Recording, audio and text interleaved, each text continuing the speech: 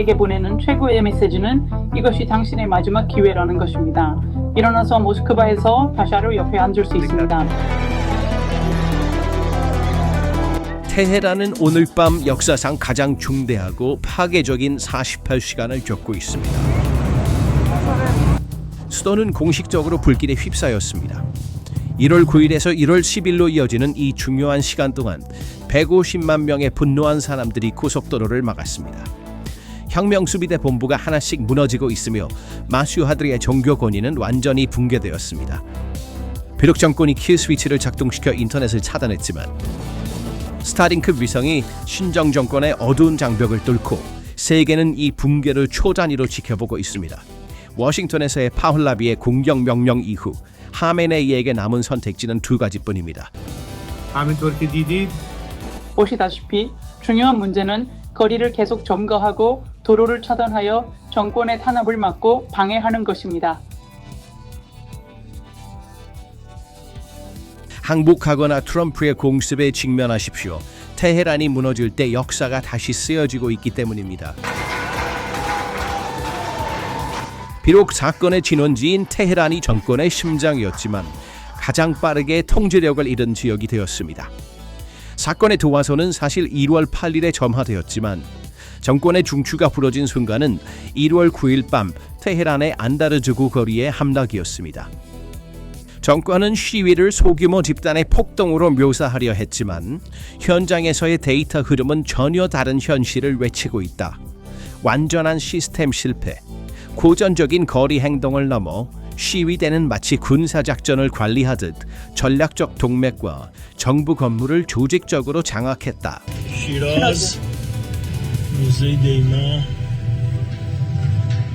10만 명이 넘는 사람들이 한거리로 모였고 이 대규모 집결은 정권의 보안 프로토콜을 마비시켰습니다. 이 조직적인 대중운동에 대한 정권의 대응은 예상대로 디지털 억압 시도였습니다. 통신부는 1월 9일 오후 8시경에 국가의 주요 인터넷 백본을 겨냥하여 킬 스위치 프로토콜을 활성화했습니다. 테헤란과 서부지방의 인터넷 트래픽이 즉시 제로로 급락했습니다. 정권은 나라를 세계로부터 고립시켜 어둠 속에서 학살을 계획하고 있었습니다. تخریبگران جمهوری اسلامی کوتاه نخواهد آمد. 그러나 이 조치는 기술적 비대칭성에 의해 무너졌다. 일론 머스크의 스타링크 위성과 터미널이 이란 디아스포라에 의해 비밀리의 나라로 밀반입되어 정권의 인트라넷 네트워크를 우회했습니다. 이미지는 계속해서 VPN 터널을 통해 전송되었습니다. 디지털 정전은 정권의 무능함을 숨기기보다는 그들의 공포를 드러내는 신호가 되었습니다. 현재 상황은 시위에서 비대칭 도시 전쟁으로 변했습니다. 테헤란 북부의 부유한 지역부터 남부의 가난한 노동자 계층 지역까지 150만 명의 사람들이 안다르즈구 에비뉴로 몰려들었습니다. 이 군중은 보안 부대의 개입 능력의 수학적 한계를 초과합니다. 15,000명의 경찰과 바시지 병력은 이 인파의 바다 앞에서 무력해졌다. 사다타바드에 있는 바시지의 주요 본부, 즉 정권의 가장 두려운 준군사 조직이 기술 장비와 물류 창고와 함께 시위대에 의해 포위되고 불태워졌습니다. 가장 눈에 띄는 전술적 발전은 사람들이 파르스주에 있는 혁명수비대 또는 IRGC 시설을 점령한 것이었습니다. 이것은 시위가 무장저항의 가능성에 도달하도록 진화했음을 보여줍니다. 사람들은 이제 단순히 구호를 외치는 것에 그치지 않습니다. 그들은 정권의 억압기구를 해체하고 전략적 요충지를 장악하고 있습니다. 정권의 보안부대는 사냥꾼에서 사냥감으로 전락했습니다. 그날 밤 테헤란 거리에서 단순한 화염병과 바리케이드로 장갑차가 멈추고 불타는 모습은 고속도로에서 혁명수비대의 무적 신화를 산산조각 냈습니다.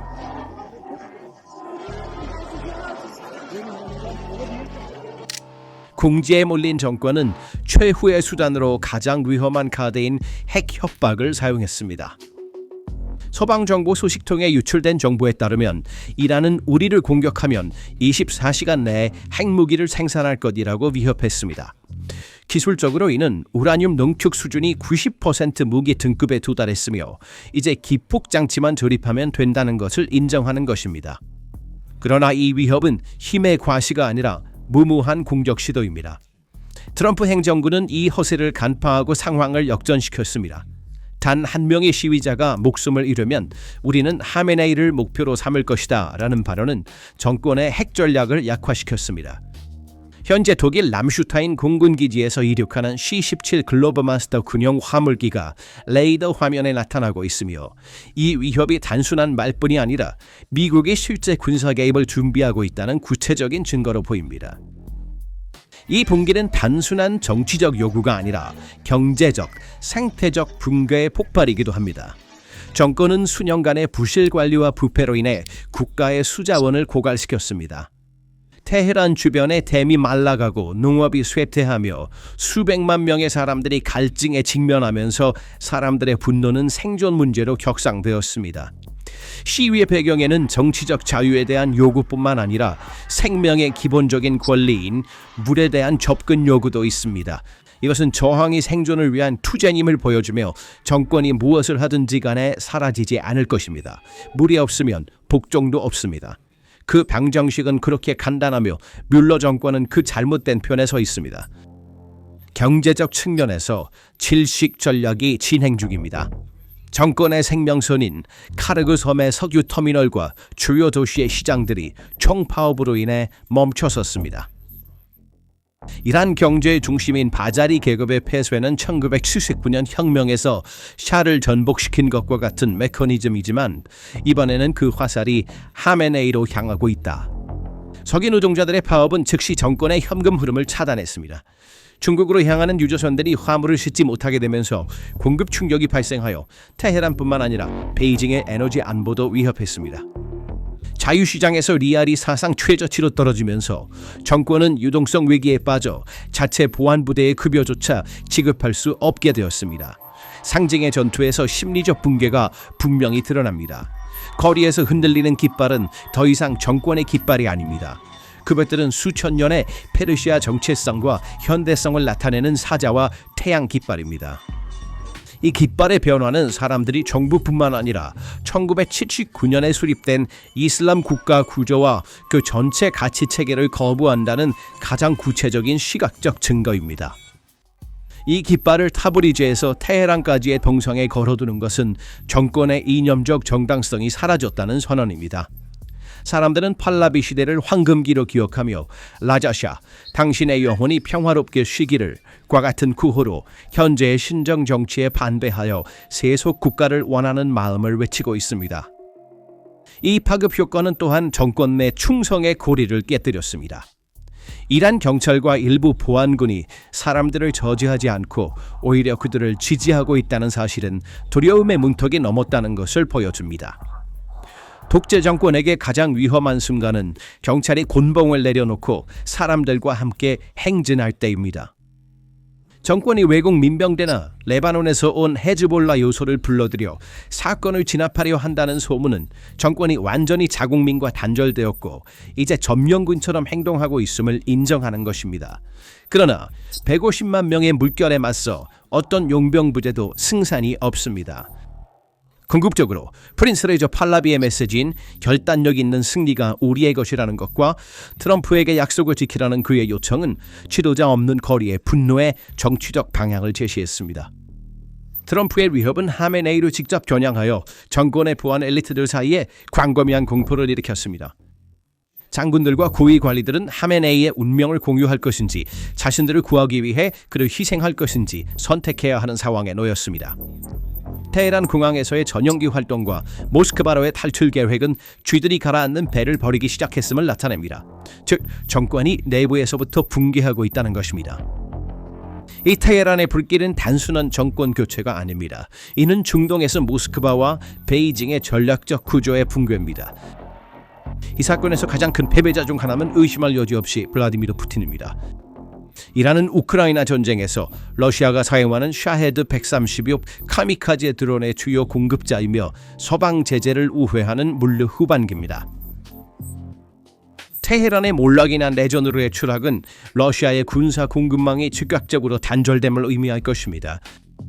국제 남북 운송 회랑 INSTC는 카스피해를 통해 이란의 혼란으로 마비되었습니다. 이 회랑은 러시아가 인도와 아시아 시장으로 가는 유일한 안전한 통로였습니다. 이제 그 문은 잠겼고 열쇠는 바다에 던져졌습니다. 이란 관리들이 모스크바로 도망가는 모습은 크렘린이 이 전략적 손실을 받아들이고 피해 통제에 나섰음을 확인시켜줍니다. 중국 측면에서는 상황이 완전한 에너지 악몽입니다. 베이징은 이란 석유의 90%를 구매함으로써 에너지 안보를 확보하고 위안화로 거래를 진행하여 달러 패권에 도전하고 있었습니다. 그러나 카르그 섬에 대한 공격과 정권 교체 가능성은 중국의 저렴하고 전략적인 석유 공급원을 위험에 빠뜨렸습니다. 테헤란에서 친서방적인 팔레비 정권이 집권하게 되면 중국과 체결한 25년 전략적 파트너십 협정이 폐기될 것입니다. 이런 중국의 1대1로 프로젝트의 중동 부분이 붕괴되고 베이징의 에너지를 위해 서방의 통제하에 있는 걸프 국가들에 다시 의존하게 된다는 것을 의미합니다. 중국의 침묵과 불안한 상황 모니터링은 그저 전략적 투자가 허공으로 사라지는 것을 무력하게 지켜보는 것에 불과하다. 지역 방정식에서 저항의 축으로 알려진 구조는 중심 기반을 잃었습니다. 테헤란의 재정적 및 군사적 물류 지원 없이 헤즈볼라, 후티, 이라크의 무장단체들은 현장에서 산소가 부족한 조직이 될 것입니다. 마쇼하드와 타브리즈의 몰락은 이 대리전쟁 네트워크의 후원자가 파산했음을 선언하는 것입니다. 이란 국민들의 내 삶을 이란해라는 구호는 수년간의 외교 정책 모험이 국민의 눈에 정당성이 없음을 증명했습니다. 미국과 그 동맹국들에게 이 상황은 수십 년 만에 가장 큰 위협이 외부의 군사 개입이 아닌 내부의 대중혁명에 의해 무력화되었다는 것을 의미합니다. 이는 단 한 발의 총알도 쏘지 않고 얻은 가장 큰 전략적 승리입니다. 트럼프의 하메네이를 제거하겠다는 발언은 세계 외교에서의 불가침 인식을 깨뜨렸습니다. 미국은 더 이상 우리는 우려한다는 수동적인 관찰자가 아니라 게임의 규칙을 바꾸는 적극적인 집행자가 되었습니다. C-17 항공기를 지역에 배치한 것은 이 수사가 단순한 수사가 아님을 증명합니다. 이 조치는 이란뿐만 아니라 우크라이나에 갇힌 러시아와 대만에 압력을 가하는 중국에도 분명한 메시지를 보냅니다. 레드라인이 넘겨지면 그 결과는 심각하고 불가피할 것입니다. 사자와 태양 깃발 아래 서방 축으로의 이란의 복귀는 냉전 종식 이후 유라시아에서 가장 큰 세력 균형의 변화를 가져올 것이며 카스피해 분지에서 페르시아만까지 새로운 안보 구조를 확립할 것입니다. 1월 9일 밤 테헤란 거리에서 타오르는 불길은 47년 된 신정의 종말을 알렸을 뿐만 아니라 21세기의 첫 번째 주요 지정학적 지진을 예고했습니다. 하메네이 정권은 킬 스위치로 국민을 어둠 속에 빠뜨리려 했지만 그 어둠 속에서 스스로의 몰락을 준비했습니다. 페제쉬키안이 고백한 정신적 파산은 이제 물리적 파산으로 변했으며 탱크로도 막을 수 없고 총알로도 위협할 수 없는 절대적인 붕괴가 되었습니다. 러시아의 드론 공급자, 중국의 주유소, 그리고 중동의 혼란 공장이 그들 자신의 국민의 의지에 의해 무너졌습니다. 트럼프의 전투기가 상공을 날고 팔라비 왕자의 목소리가 라디오에 울려 퍼지며 수백만 명이 광장에 모이는 가운데 역사가 다시 쓰여지고 있습니다. 도망칠 곳도 숨을 곳도 남아있지 않다. 그날 밤 꺼진 불빛은 이란에 드리운 어둠이 아니라 정권 위에 드리워진 장막이었고 이 장막은 다시는 열리지 않도록 단단히 봉해졌습니다. 내일의 이란은 오늘의 불과 사자와 태양에서 나오고 있습니다. 그래서 이 문제에 대한 당신의 생각은 무엇입니까? 댓글로 의견을 공유해 주세요. PPR 글로벌의 특별 분석에 대한 정보를 얻으려면 채널을 구독하고 알림을 켜는 것을 잊지 마세요. 저희를 선택해 주셔서 감사합니다.